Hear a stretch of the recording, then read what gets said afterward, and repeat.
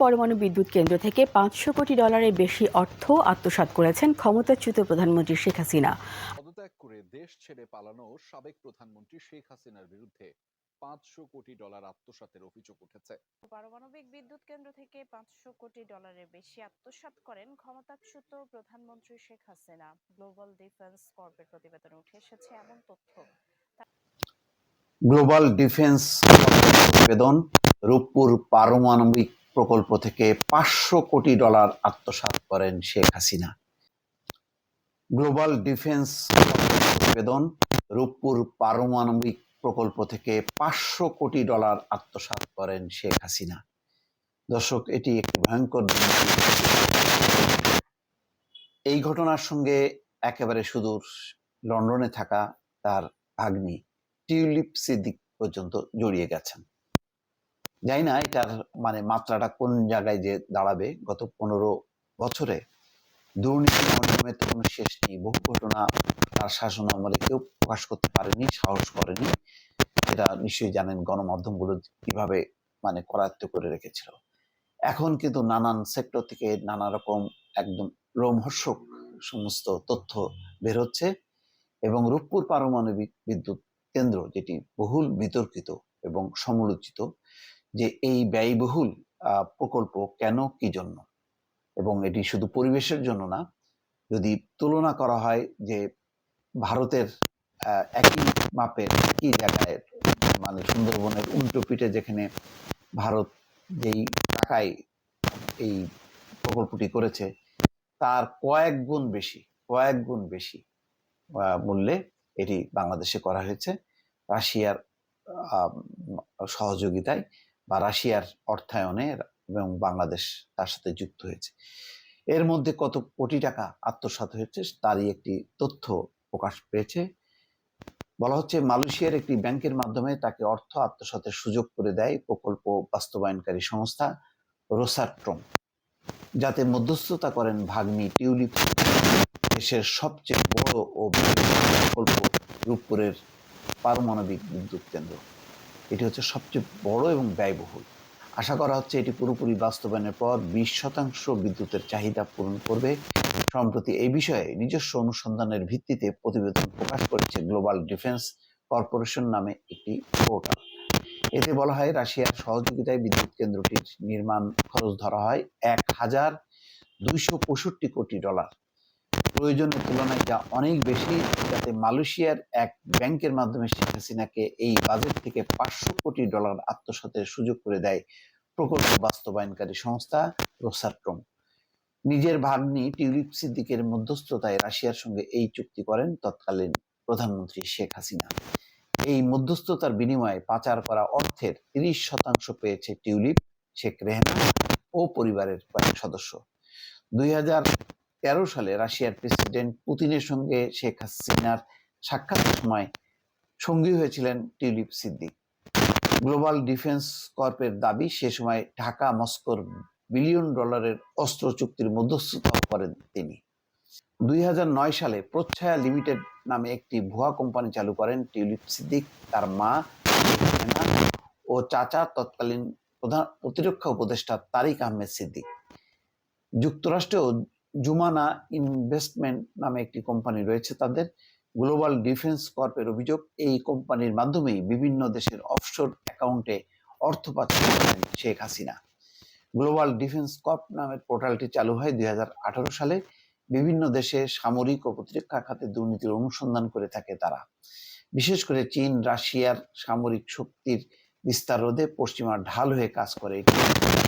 তো এখন এই যে একটি বিষয় সামনে নিয়ে আসলো, একটা পোর্টাল যারা সামরিক খাতে দুর্নীতি অনুসন্ধান করে, আন্তর্জাতিক একটি পোর্টাল গ্লোবাল ডিফেন্স কর্প, তাদের প্রতিবেদনে এটি বলা হচ্ছে। এটির যদি তদন্ত হয় এবং এই তদন্তে যদি শেষ পর্যন্ত শেখ হাসিনা, টিউলিপ সিদ্দিক, তারিক সিদ্দিক সেগুলো বের হয়ে আসে, তাহলে এটা বাংলাদেশের সীমানা ছাড়িয়ে যুক্তরাজ্য পর্যন্ত তোলপাড় হবে। কেননা টিউলিপ সিদ্দিক হচ্ছে যুক্তরাজ্যের এমপি এবং মন্ত্রী, এবং তার ব্যাপারে অন্য একটি দুর্নীতির তদন্ত হচ্ছে। তার যে বাড়িতে বসবাস করেন সেই বাড়ির মালিককে, এরকম একটি প্রশ্ন এসছে যুক্তরাজ্যের আইনসভায়।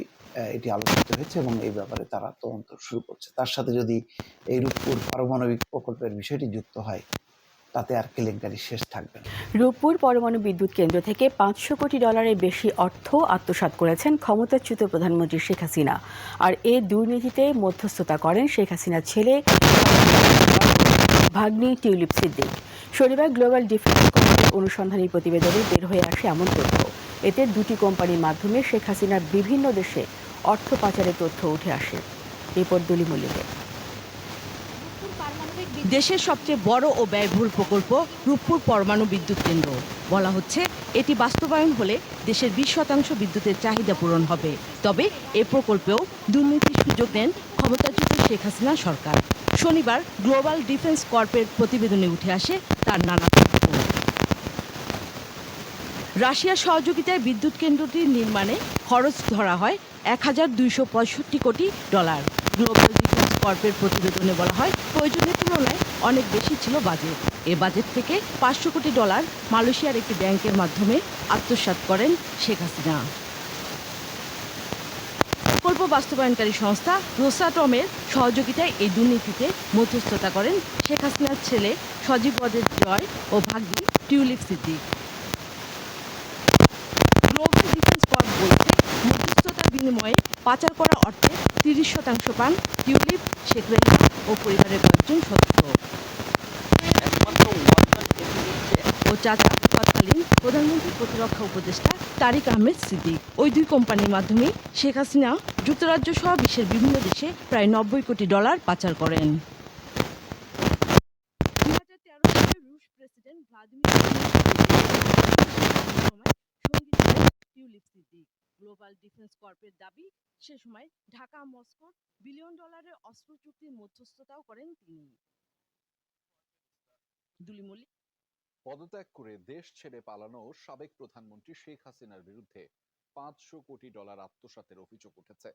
যুক্তরাষ্ট্রভিত্তিক ওয়েবসাইট গ্লোবাল ডিফেন্স কর্পের দাবি, রূপপুর পারমাণবিক বিদ্যুৎ কেন্দ্র প্রকল্প থেকে এই টাকা বের করে নেওয়া হয়, যাতে মধ্যস্থতা করেছেন শেখ হাসিনার ভাগ্নি শেখ রেহানার মেয়ে টিউলিপ সিদ্দিক।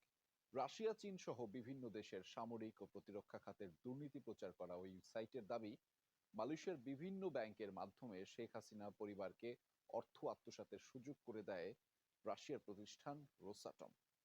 সর্বাধুনিক প্রযুক্তি ও সেরা মানের উপর সরকারি হিসাবে খরচ ধরা হয় 1,14,000 কোটি টাকা।